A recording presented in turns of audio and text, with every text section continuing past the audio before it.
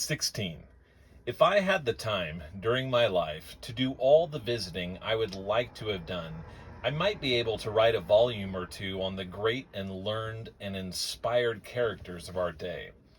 As it is, I have enough friends to make me proud and happy, though I don't suppose I could add much to your store of information about them, because always visiting my hours had to be cut to the minimum, and there were hundreds who came who I would like to have chinned with by the hour, who only got about 5 minutes. It was always that way. Almost from the very first, I found more work than I could do, and callers had to be restricted both in number and in minutes allowed. And yet, I have had some marvelous friendships and have squeezed out time enough for some deep and lasting intimacies.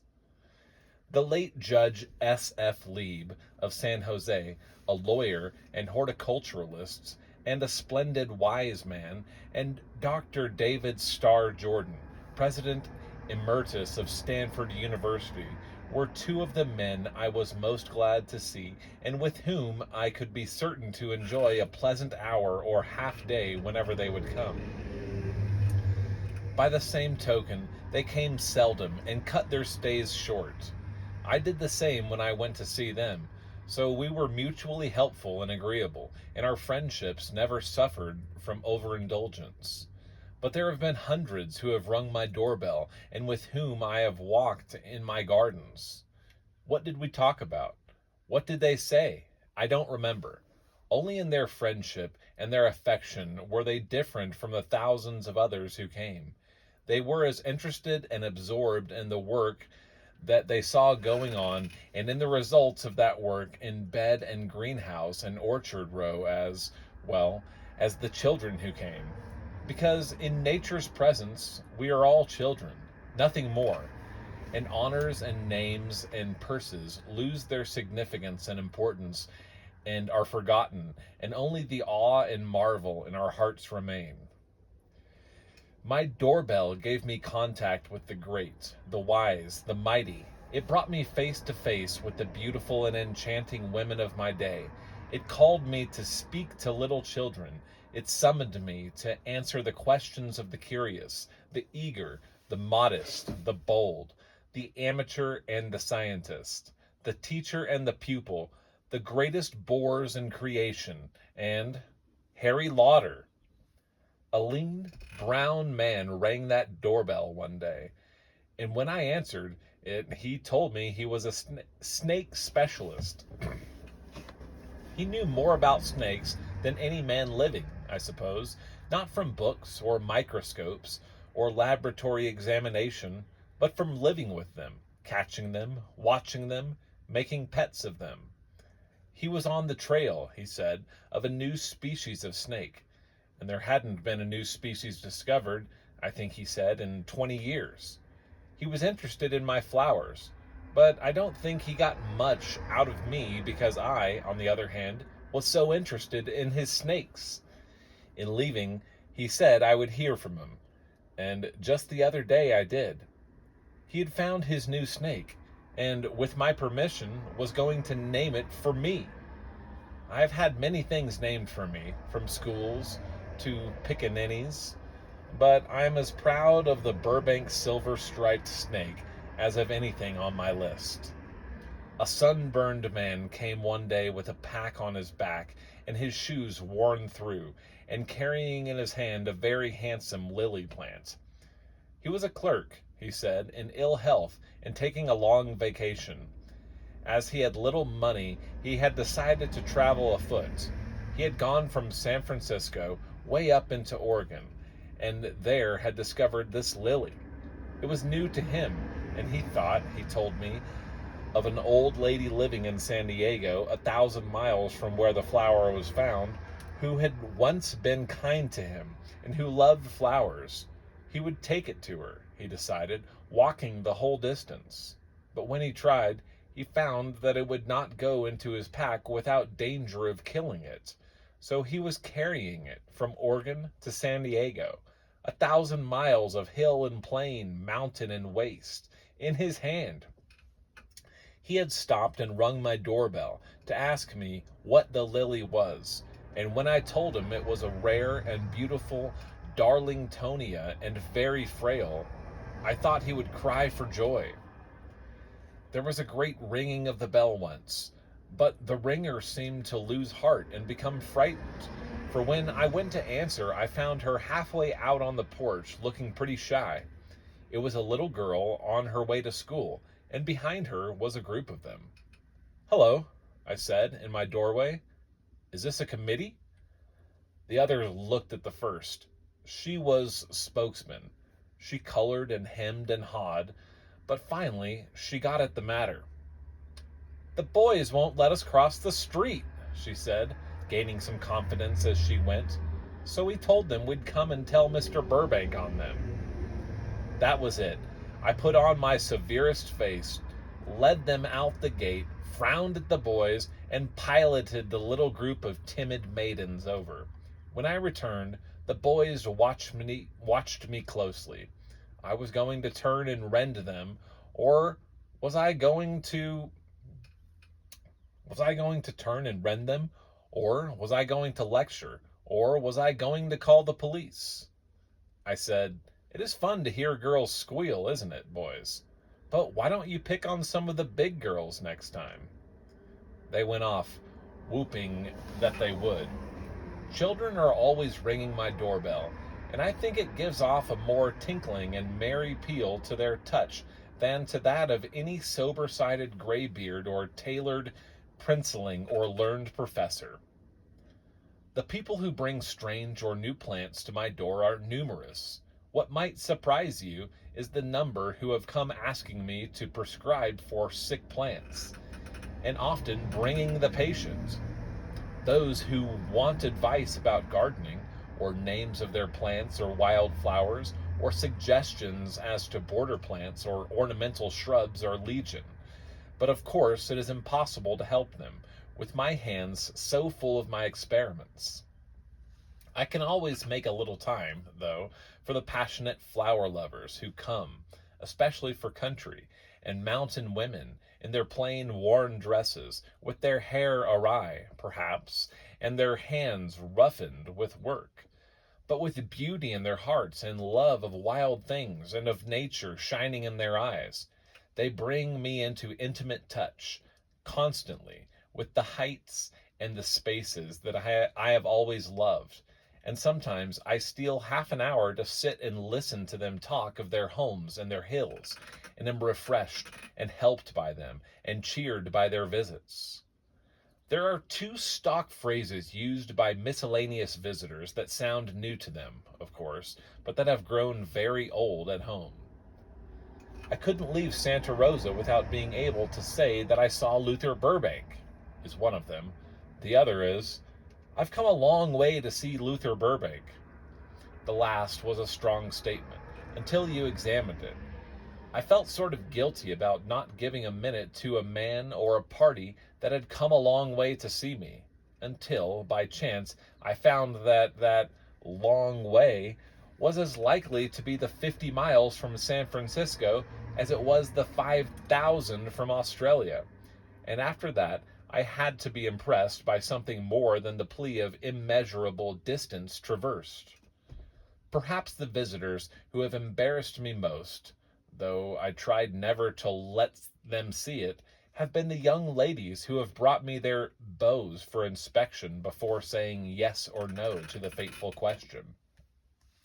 I don't know where I got the reputation of being an infallible judge of prospective husbands, though it was probably by word of mouth, the news spreading among girls of marriageable age with an amazing speed.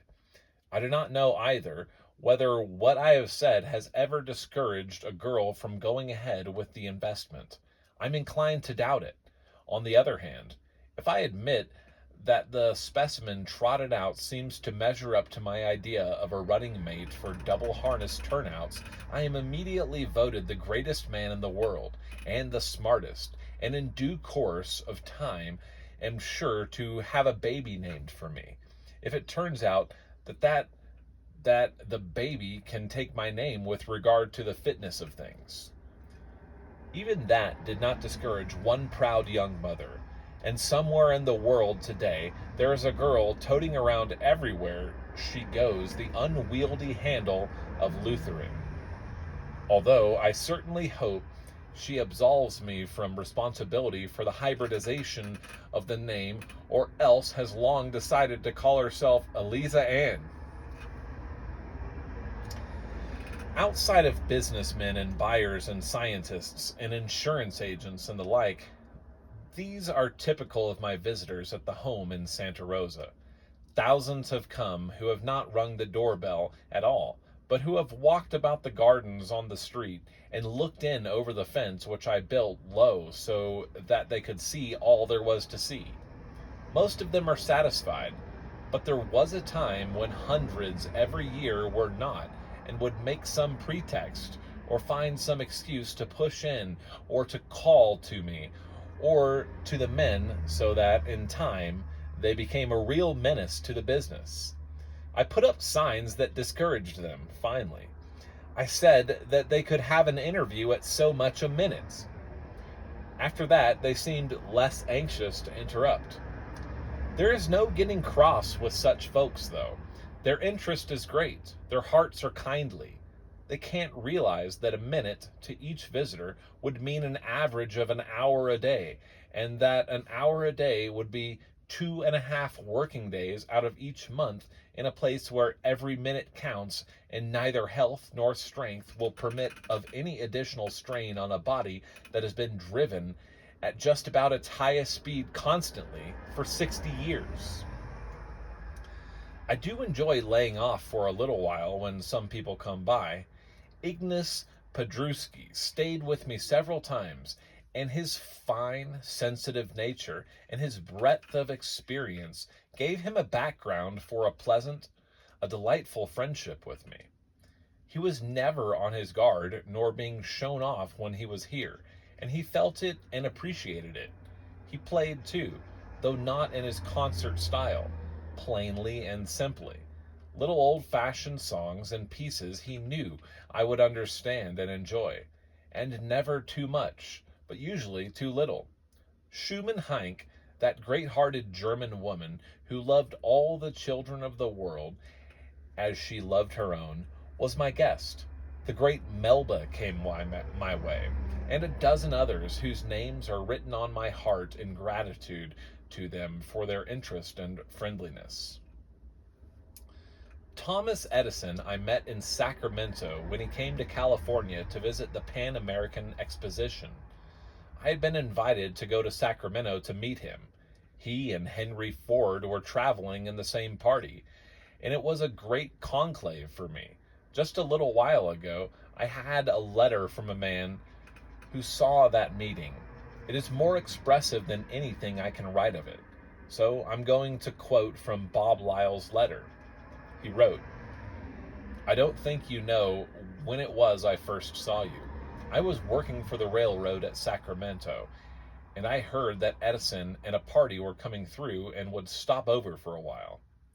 When I went out to see the sights, someone told me Luther Burbank was coming too, to meet Edison's party and Henry Ford. So I went back to the dispatcher and I said, 'You'd better stop out here a minute, because you're going to see something you'll never see in your life again. The three biggest men in America, all at once.' He was very busy, but he went with me and we stayed for 20 minutes.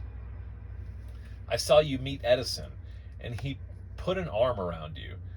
Then you met Ford. You had a little talk. Then Ford talked to Mr. Edison. Every once in a while, Edison would lean over to his wife, because he was very deaf, you remember, and he would holler out, 'What did he say, mother?' Then she would tell him, and he would laugh, and then you would all have a good laugh. It was certainly a treat for the railroad boys and the crowd, and I remember thinking then that the big men were the simplest and plainest and pleasantest. If you could see them actually in the flesh, there was no bunkum or show to pretense, but just three fellows glad to meet and having a nice time about it. I will never forget it, and I guess none of us will that saw you. Pretty soon the conductor signaled and you all went off together.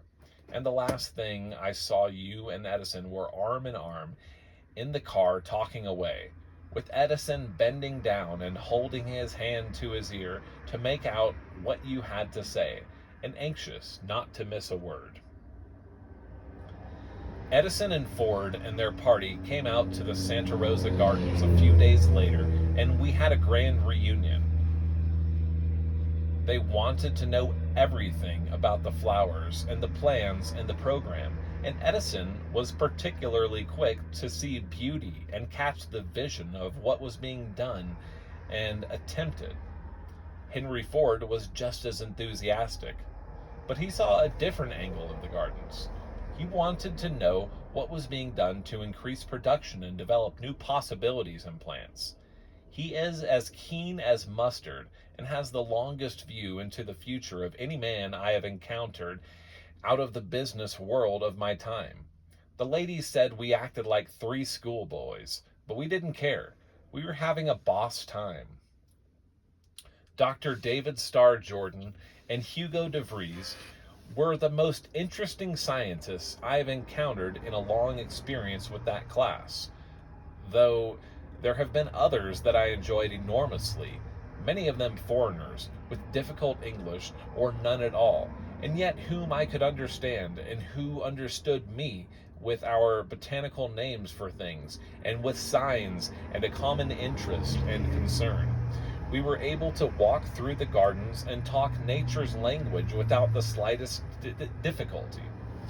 My plants went to all parts of the world with these visitors, and my notions of method and technique were given wide dissemination through them.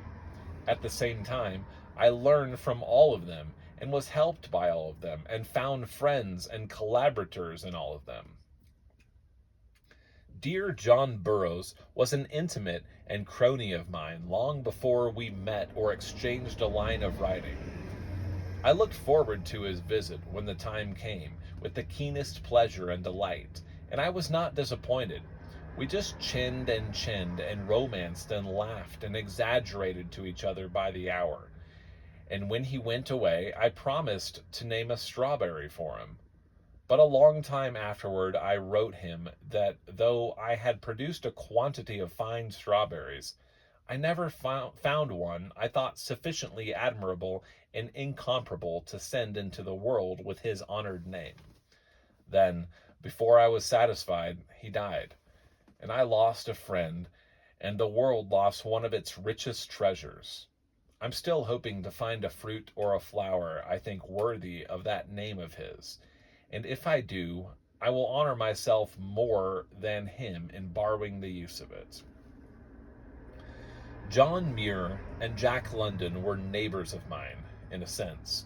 Muir lived outside Oakland, and the great storyteller just over the hills in the Valley of the Moon. We did not bother each other, we three, but we visited now and again. Muir was a sturdy, powerful oak of a man, with a broad view of life and a marvelous sympathy. Jack London was a big, healthy boy with a taste for serious things, but never cynical, never bitter, always good-humored and humorous, as I saw him, and with fingers and heart equally sensitive when he was in my gardens. It was a long time ago that I discovered that newspapermen and press agents were fond of using me as a stalking horse to get space for pet enterprises or individuals of their own. And once or twice I had to shut down pretty smartly on this sort of exploitation. But when it was all part of the game of life, I didn't mind so much. I suppose it is to publicity promoters that I owe most of the visits I have had from celebrities in their own fields who would not likely have visited an old crank like me from choice. But when they come, we usually get along famously. There have been a number of motion picture stars and a crowd of athletes and young folks famous in sports and better known to the average American than any vice president who ever presided over the Senate. I have found them healthy, clean-minded, likable youngsters. I didn't know any finer influence on our life than the influence of play. And as long as it is indulged for the sake of the sport and the healthy rivalry and the fun there is in it, any good player is a credit to game and public alike.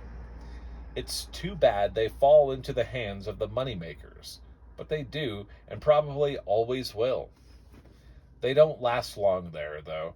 Soon they lose their drawing power at the gate, and their promoters and managers and fair weather friends drop away, and they sink back into oblivion and are forgotten, where the names of men and women who have played for the team or the college or the society or the city just for fun and for pride and pleasures are written in gold on the hearts of those they have represented, and who will never forget them or their prowess. When I ponder the role of those who have been here, I am filled with happy memories, and each name recalls some characteristic or anecdote or friendly tilt that warms my heart. Dr. O. F. Cook of the Department of Agriculture, with his keen, incisive mind. Dr. William Rainey Harper, first president of Chicago University, who was so quiet, seldom speaking, but listening with the liveliest appreciation, and suddenly putting in a word or a phrase that showed he was half a mile ahead of the rest of us. Svante Arrhenius, the Swedish physicist, ever on the alert for the causes and tendencies of things, whether they were atoms, plants, or planets. J.W. Osterhout, who was then with the University of California and later went to Yale, one of the best equipped men I ever knew on the subject of behavior in the plant world. But they were not all scholars. These men I remember so kindly. W.C. Eddies, the civil engineer, had moved mountains and built lakes. When I saw him last, he was about to span Alaska with a railroad, and no living man was better equipped to tackle that job.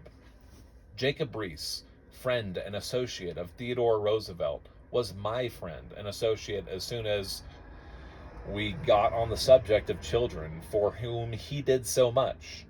James Bryce, the eminent historian and England's most famous ambassador to Washington, was perhaps as well posted a man as ever came my way.